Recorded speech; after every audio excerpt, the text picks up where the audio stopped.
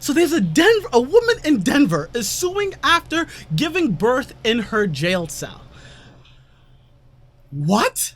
Yes, okay, and the kicker, ladies and gentlemen, the kicker to the story is not only did she give birth in her jail cell, but she gave birth in her jail cell by herself. Nurses, guards, healthcare providers, whoever works in that jail cell were standing outside the locked door, and no one helped. Nothing, nada, zero, zilch. All right. So almost 6 hours after Diane Sanchez says she first told the guard on duty she was in labor, she delivered a baby boy alone in her jail cell. Those are the allegations being made in a newly filed civil lawsuit against Denver Health Medical Center, the city and county of Denver, and 6 sheriff deputies and nurses. So let me describe you the situation, right? It sounds crazy, but if you know the details, you ask yourself how and why would something what's it called, a guard, a nurse, or whoever allow this to happen? Okay, so on July 31st, 2018, this is about a month ago.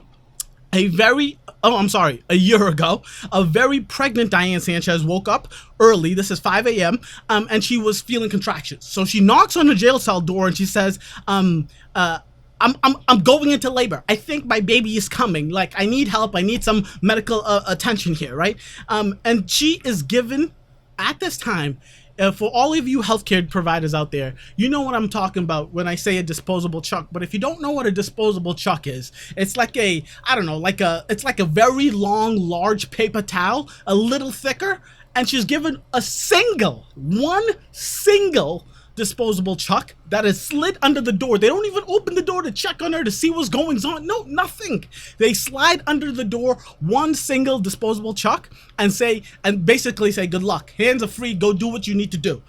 Insanity, absolutely insanity, right? So she tells the guard she's in labor. She gets a disposable chuck, and then for the rest of the morning, for those 6 hours where she's by herself, you see it, and this is all recorded on one of those cameras. What is it called? The closed circuit camera. So it's just, there's no volume, there's no voice. It's just the camera of the jail cell. You see her pacing back and forth. You see her getting into the bed, and in the edited version of this nursing news, I will show you some of this video. But you see her pacing back and forth. You see her, she's obviously in pain. She lays the chuck down, she gets underneath the blanket, and she just lays there. She starts screaming in pain, hollering, screaming, all these crazy things.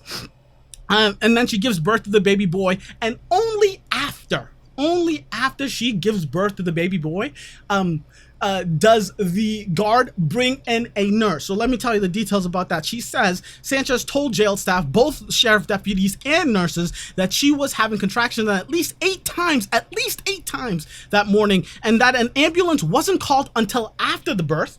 It was more than 30 minutes after the birth that Sanchez and her newborn baby finally arrived at the hospital, according to the lawsuit. The Denver Sheriff Department, I think this is literally the worst part of the story. All of this stuff, all of whatever happened is unbelievable, right? It's unheard of to allow a pregnant woman to give birth in a jail cell by herself with zero help. All of that is unheard of. But the kicker is that the Denver Sheriff Department has denied its deputies did anything wrong, right? But have changed the policies. So they want us to believe that the policy at the Denver Correctional Office, the Sheriff's Department, is that you do allow these pregnant women in jail cells to give birth by themselves. If that is the policy, that whole Sheriff Department needs to just close and shut down. Because if that's the policy, what are you guys doing there? What are you like? I understand, like, all of these, like the police and the department and like all of those people, they want to be heavy-handed and just hardcore on these inmates. And by the way, homegirl was in the jail cell for identity theft. All right. So if you're over here questioning, oh, maybe she was super violent and they were scared, or whatever crazy defensive mechanism you want to use, it's bullshit. She was in there for identity theft, right?